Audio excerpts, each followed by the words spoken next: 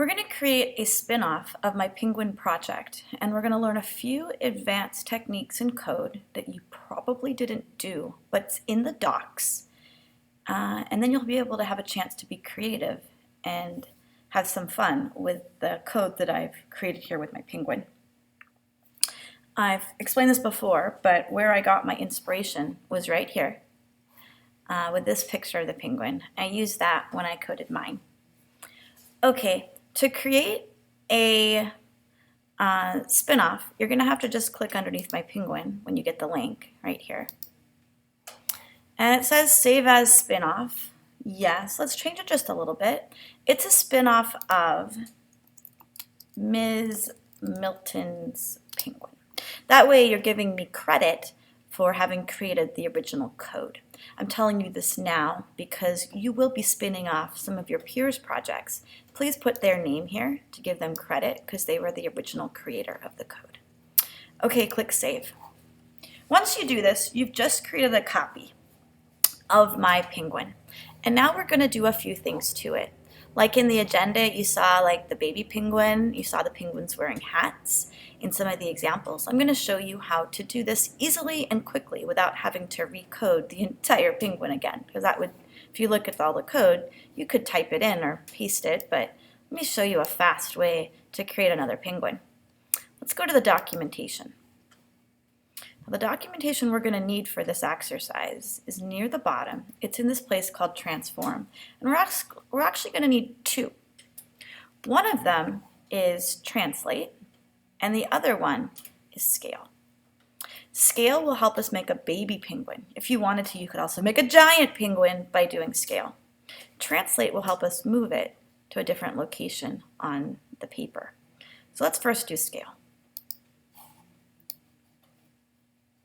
I'm going to go ahead, as you know how to use the docs, divide my screen, and take a look at how this works. So this is scale. Here is this red rectangle right here. As you can see, if I change this number, it changes the placement, or it changes the size of the penguin. I don't know why I said penguin, sorry, of the rectangle. Okay, I'll bring that back. So when it has a scale here of 10, it just says, hey, I want this rectangle to be 10 times my first rectangle. So that's how you would make it bigger.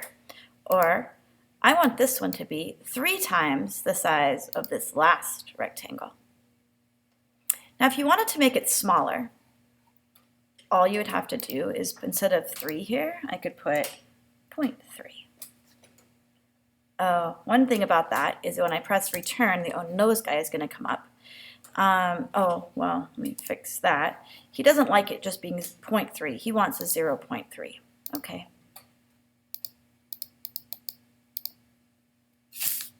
Use my arrow keys because that wasn't working. So scale is 0.3, and if you look, it's actually this one. I'll show you, because if I number scrub this, it goes left and right. So basically, here's one rectangle, here's this big one, and then this one is 0.3, the size of this one. That's going to come in handy for our penguin. Okay, so let me go to our penguin code. Now, to do scale, I'm going to go ahead and I'm going to copy this, my penguin, end of penguin, Command C. I'm just going to copy and paste that. I have my hole in the ice. Let me get rid of some of the spaces. And I'm going to put baby penguin here at the bottom. And I'm going to paste in the code for the baby penguin. Now, all I did was copy and paste. I haven't changed the size of it yet. But one thing that you're going to notice once you do that is all of a sudden it has strokes where strokes weren't there before. I just pasted a new penguin on top, and this one has strokes. And let's look at why. So in line 2, I turned off the stroke. But if you look in the hole in the ice, I turned on the stroke so I could see this cool effect that looks like this. So in the hole in the ice, I had to actually turn the stroke back on to get this effect here. So all I have to do now, right underneath baby penguin, is say, hey, no stroke. Turn the stroke off again. And so now I have two penguins, one just right on top of the other. But I want a baby penguin. I don't want the same penguin. So let me do the next line.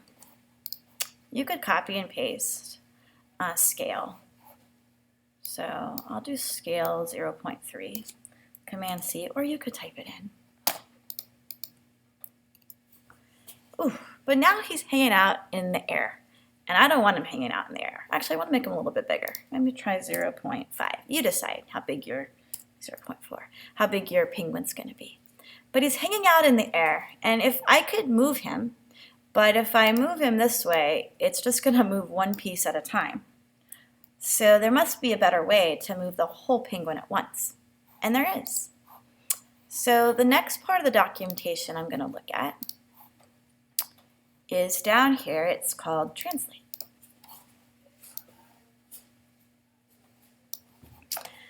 And if you look, here's a rectangle, the same rectangle, the same rectangle. But if you translate, things will go in a different area. See, these have been translated.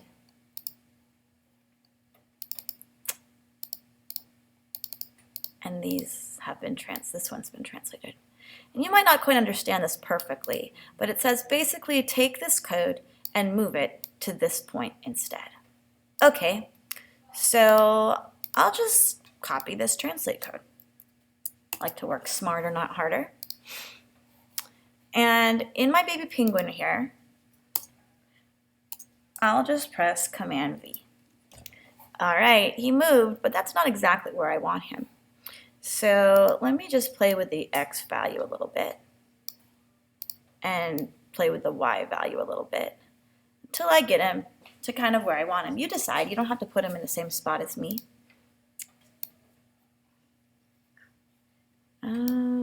Maybe right here. So there's my baby penguin. You could put it in front. There's examples on the agenda. Maybe here.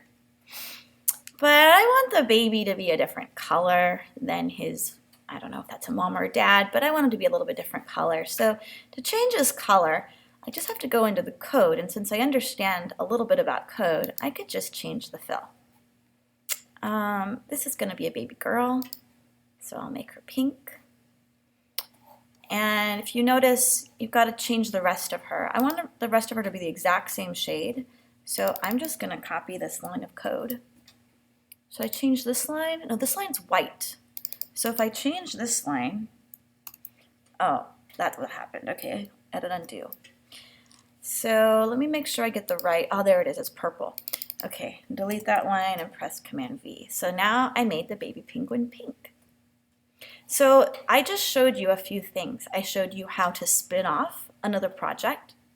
I showed you how to make code smaller. You could also make code bigger by the scale property.